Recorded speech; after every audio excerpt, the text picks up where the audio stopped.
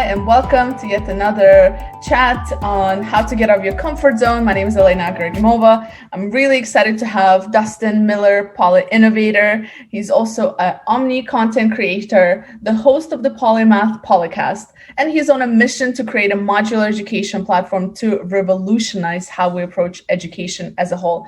Dustin, super excited to talk to you today. Oh, I'm so happy to be here, Elena. And just hearing that intro too makes me excited because you paid attention to every little detail, which is so important to me. Yes. And I mean, listen, you're doing a lot of amazing things, and I think it should be recognized and brought to attention because you are one of the few people that I've talked to in recent years that have really taken this, change in the education system to heart. And from what I've seen from you since I came across your content, you truly practice what you preach. You breathe day in, day out some of the things you believe in. And I think that's something to be admired. And so I'm really excited to talk to you about some of these things. Let's start with the basics. Tell people, what is a polymath? Where did you come up with this whole idea of PolyInnovator? So from a young age, I always knew that I was a little bit off. I knew what I wanted to do. I wanted to be more businesslike, and entrepreneurship kind of came an early pathway for me. And even having my own business when I was 10, selling temporary tattoos. And I bring that up because I think a lot of polymathic people become entrepreneurs because they want to do many different things. They want to wear multiple hats. And even my first job as a lifeguard and swim instructor and pool manager and water bus instructor, personal trainer, all these different areas, I held 6 positions at once. And that came naturally to me. And I was excited by that diversity of work. And that really kind of came about in my teenage years for the most part. And because of this divergent interest and the curiosity to do many different things, I realized more and more that I was a little bit off. I was offered compared to the societal norms of specialism. And journalism's my favorite thing. And one of my heroes growing up, even back in 7th grade, I did a presentation on him, was Leonardo da Vinci, who is pretty much one of the most well-known polymaths out there. So I think around that time in middle school is when I really first heard the word, but it wasn't until teenage years where I really started incorporating it, really thinking about it. And my first blog, I actually started talking about these kind of people who do many different things, these innovators. And I called it a polyocian in a way, but essentially it was just a polymath. And so even back then I was thinking about this kind of thing.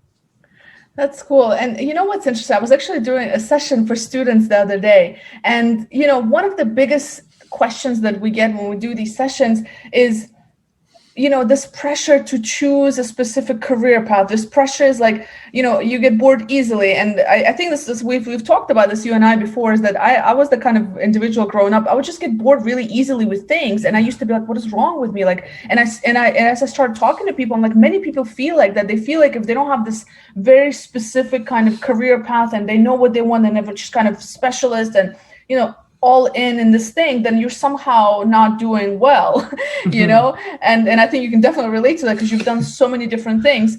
So I love it that you're out there, and that's part of the reasons I was so attracted to your content, is because it really speaks to people like myself and so many others that are like, listen, I just have a lot of interest, and how do I package myself in a way that essentially works, right? So I love it. And I particularly love the fact that you have kind of never really accepted this common path, as you say, of life, and you always kind of aim for that greater and bigger challenges. So, but I also know that you started with the concept of united living construct. So talk to me a little bit about your journey. No, you did your research, because it's funny because before I touch on that, I want to touch on the idea there's a separation between what you want, knowing what you want to do in life, and specialists and polymaths. So you can know what you want to do and become a specialist. You can know what you want to do and become a polymath. And I was lucky enough to where I always relatively knew what I wanted to do. I wanted to work in business. Eventually, I'd say CEO. And as a 17-year-old, I'd say CEO of an international company driven to innovate technology and ideology. I got that elevator pitch down. So I wanted to be able to get that out. And that idea formed the United Living Construct. So I wanted to prepare my life for that divergent interest, or the stuff that I was interested in some shape or form. And the ULC, for short, was meant to be this hub of innovation. I wanted to bring together, like you and I, people who are trying to innovate our spaces and trying to work hard at actually creating a new foundation for the humanity in general, really, which area we're doing, and bringing it all together and have this, you can a startup hub or this incubator, whatever kind of term you want to come to terms with. I think a lot of Middle Eastern places like Dubai is trying to do something like this too, which is what makes me really interested in that. And I started out with content. So I realized even back in 2011, 2012, when I started a blog, that content is a great way of getting the idea out there. So I started with the blog. It wasn't the greatest, but I learned the habits of writing, SEO, social media way back in 2012, and starting to get those foundations going for my own personal development in that space. And eventually I moved the blog to Medium, moved the blog back to WordPress, and realized I wasn't good enough yet. I needed to become better in order to build this organization that I wanted to make. So thus came PolyInnovator, or Polymath of Innovation, that I wanted to be my personal brand and build up my own thought leadership. And that's another thing that I often get asked is, how do you create so much content? And I think you've nailed it with your omni-channel creation. So can you talk to us a little bit about what does it mean? Like, what is omni-channel creation? How did you figure it out? Was it just through trial and error? Or like, how did you come about just creating the amazing content that you're creating, the mass of it? I'm going to let you talk about it because I get too excited about the content that you have out there, but I'll let you talk about it. Yeah, so there's so many things to go off of there, but the first and foremost thing was I'm a nerd when it comes to tools. I love tools. If I can find the right tools, I can get the job done better. I think that some points of productivity suffers because I tried out so many different tools. And at one point, I realized I was stuck in the same thought process that other people were. Silos, where you have video, written, and audio, and separating these into different silos. And every campaign for social media that you would do with them, every time you would repurpose them in some way, like taking the audio clip and or taking audio clipping it out for social media, it's still centric to that medium. And so I tried to find these different tools. I tried dozens of task and project management tools to see like how many layers of extraction can I get. And it was a system. I was trying to find a system for me to organize all of this so I can get it out efficiently. So I think that even as a solopreneur or solo creator, you can create a lot, but how do you get it out there? And so I tried so many of them. Eventually I came across Notion, which is really cool, which allows me to have as many layers as I want. But I also realized that content repurposing was a thing. And there was a lot of major creators, Gary Vee, Neil Patel, Amy Woods, who all tried to talk about this content repurposing, where you create a video like this right now, you cut out the audio and you can put it on your audio streaming platforms. Then you can take the transcription or write your own takeaways too, which is what I'm going to be doing with mine, where you just make a blog post out of it. And you have 3 pillar pieces of content that way. One other thing people don't think about is slide decks, where in my OmniContent, I create a blog post first, turn that into a slideshow, then use both of those to make a video, and then I cut out the audio for a PolyCast. And so I do it opposite because I know what my strengths are. Other people might want audio first. It doesn't really matter which one you start with, although I think video is easier. But regardless, start with one, repurpose it to another, and then eventually you have so much to work with. And you've been putting out content for quite a long time now. Were you always comfortable putting out content, or was this something that kind of came naturally? Like, what inspired you? Because I think that's another thing that people struggle with is, they want to create content, but they're not sure even where to start. Or they feel like people don't want to read their content, or what can you possibly have to say that people are interested to hear and to talk about? So talk to me about your journey. Oh, yeah. No, I was nervous as all get out. And the thing is, I'm a talker. Like, I'm gregarious. I love people. And when I teach people, I would meet the most random of strangers in the pool and try to help them, or in a fitness gym. And it doesn't matter like if I knew them or not. It could be complete strangers. I'd still try to help. So I had that natural inclination of reaching out and teaching people and creating this kind of rapport. But digitizing that is different in a way. You have to find a way of feeling comfortable with that. And when I used the ULC as my first platform, I created blog posts first. That's what I just naturally fell onto. I don't really know how I got onto it per se. I just started writing on WordPress.com. But the podcast was a deliberate thing I wanted to do. And so I created the ULC podcast, which is now underneath the PolyCast. And I did that for almost a year before I even did a video. I wanted to do the video way sooner, but I got nervous about being on camera. Even right now, my hands are doing gestures. I'm looking at the camera. I learned how to present myself, but I felt nervous. I didn't want to be like on stage like that. And on top of that too, improvising or reading off a script. Which one do you do? And some people are better than one or the other. I think I tried doing scripting, and that's what really held me back, because I kept trying to read off a script and I wouldn't look at the camera and this looked bad. But now it's more natural, like we're all right now. So the one advice that like Roberto Blake says, and some other creators as well, create. Just go out and create. Create like 100 pieces of content. Doesn't matter about the quality. Quality will come with practice. And once you do that, you'll get used to it. And one of the biggest things I'll tell people is when you're on a podcast like this or on a video show as well, when you hear the recording, that's where people often get nervous because they hear their voice. And the thing is, when we speak, the vibrations go into our bones. And so when we hear it, we hear a deeper version of what we actually sound like because we hear it twice, essentially, through the actual sound waves and the vibrations. And so when you hear the recording, you no longer hear those vibrations. And so it sounds lighter than actual, or higher pitch than you might think it would be. And so that's why it sounds off to us, scientifically speaking. And once you realize that, it's like, oh, that's not a big deal. Everyone hears me this way. Yeah, that's so interesting. I never thought about that, actually. That's interesting. And yeah, I have to completely agree. I think when it comes to content, you just have to do it. And it's, and that's the thing about like continuous development. And I know that's something you're really big on, right? That's the whole kind of reason why you started all this, is to how can you continue to learn and improve yourself and et cetera. And you just have to start. And I think that's where if there was a magic wand, it's just starting, like just start, because you don't know what you don't know, and you can't possibly prepare. And I'm very much the same way. I'm not scripted. I've tried to script. My business partner hates it sometimes. He's like, Elena, he will write you a script. I'm like, no. So it works in some situations when we're pitching, but in these kind of conversations, I'm also not very scripted. And I think it's just much more easier for us to have just a natural conversation, right? Like just go with the flow. And I think that's where it's at. But to talk a little bit about the personal development piece. So another thing that I love about some of the things that you write about and practice is the 4 pillars of that personal development. So again, I'm just really genuinely curious to understand, was it something that you have always kind of, where did you pick up this sort of want and, this drive to say, I really want to develop myself? Because again, if there was a magic formula, I really think it's about these 4 pillars that I know we're going to talk about now. That's where it's at. And those 4 pillars are body, mind, spirit, emotions. So talk to me about that. Where did the inspiration come from? Well, first and foremost, I would say it's part of this PolyInnovation system that I've built on my site. I love naming conventions, and I love like creating this like unique way of branding certain ideas. And the 4 pillars came about is I wanted to modernize old philosophies. So the 4 areas of yoga, for example, like Bhakti yoga, and different aspects of Aristotle's philosophy in life, and having the idea of logos and ethos and pathos and all these different philosophies around the world. Most people will look at 3 of them. They'll look at the mind, body, and spirit, and they'll just throw in emotions with either the mind or spirit, depending on which philosophy you're looking at. But I felt that it was separate, and it needed to be separate because emotional intelligence we've had way more science research into emotional intelligence than we ever had 100 years ago, 200 years ago, given the time frame of those other philosophies too. They had no idea per se about EQ.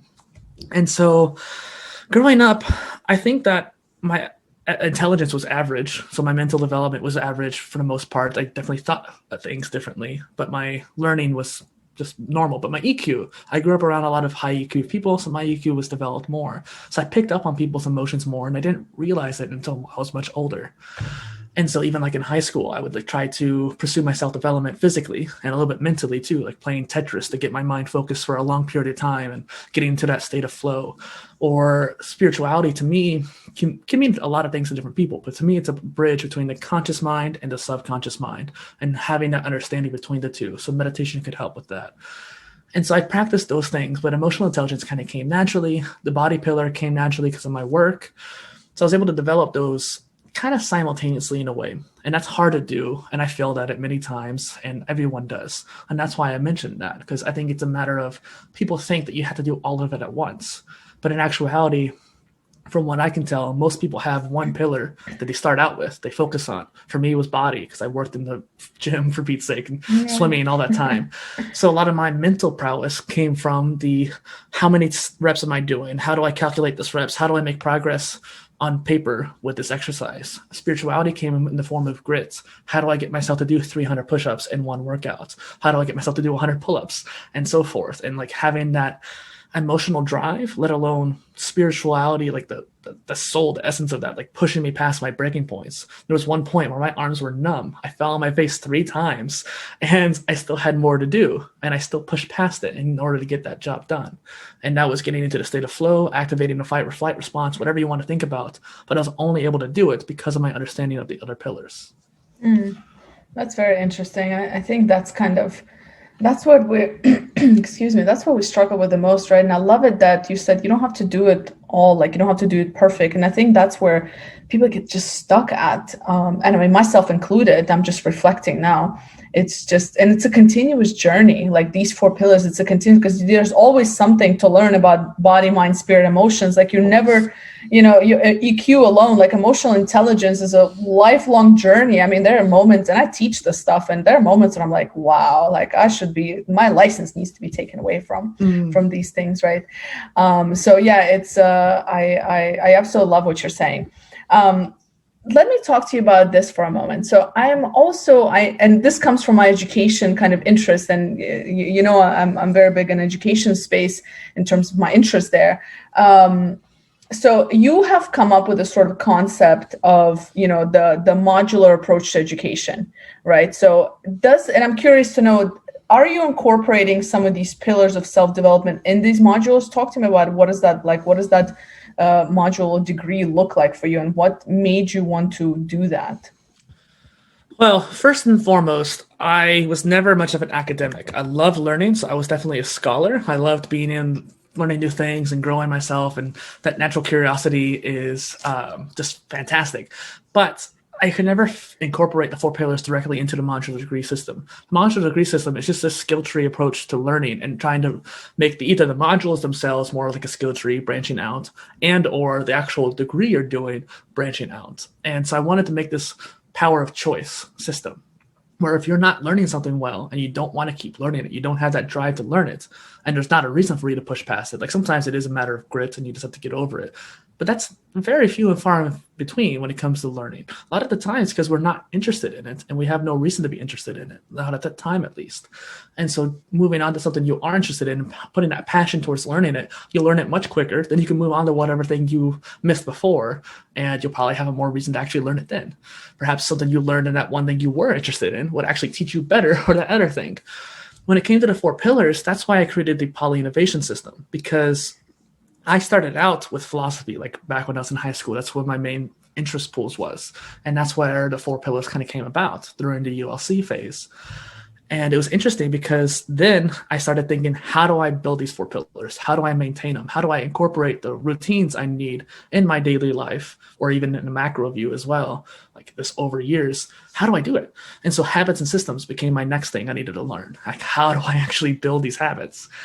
And so that became a kind of part of the system as well. And then is when I came around to PolyInnovator. I was like, I need to become better. I need to learn more. I'm going to create my own education to do it, because I couldn't find one around the world. I looked at a couple hundred universities, couldn't find one that I wanted. And so I made my own.